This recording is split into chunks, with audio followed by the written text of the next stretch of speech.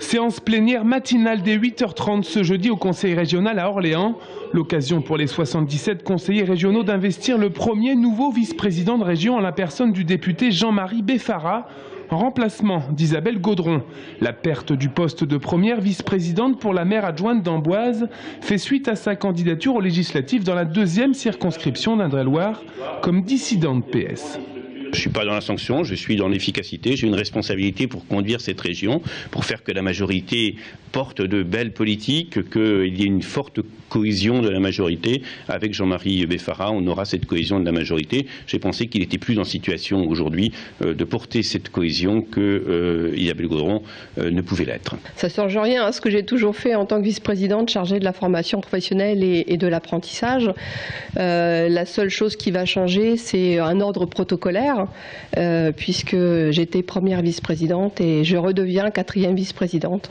Jean-Marie Beffara est élu à la région depuis 2004. Son expérience a sans doute pesé dans la balance. Et puis sa démission récente de son mandat de conseiller municipal à Loches lui permet aujourd'hui à la fois de siéger à l'Assemblée nationale et au Conseil régional en tant que premier vice-président.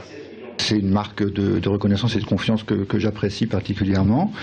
Et puis je l'aborde avec le sens des responsabilités qui m'attendent, puisque vous savez que j'étais déjà en charge des finances en tant que vice-président, qu'aujourd'hui j'aurai une responsabilité supplémentaire, mais dans laquelle l'expérience que j'ai acquise en tant que vice-président aux finances, avec une vision très transversale des politiques régionales, me permettra sans doute de me glisser dans cette nouvelle fonction plus facilement.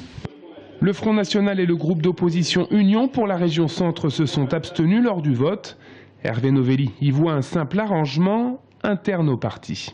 On remplace un élu socialiste par un élu socialiste, une Tourangelle par un Tourangeau, et donc ça ne va pas changer grand-chose à l'avenir des habitants du département de l'Indre-et-Loire. Ce que j'espère, c'est que la politique et les subventions ne seront pas trop attribués en fonction de l'appartenance politique, partisane, ne feront pas trop appel au clientélisme.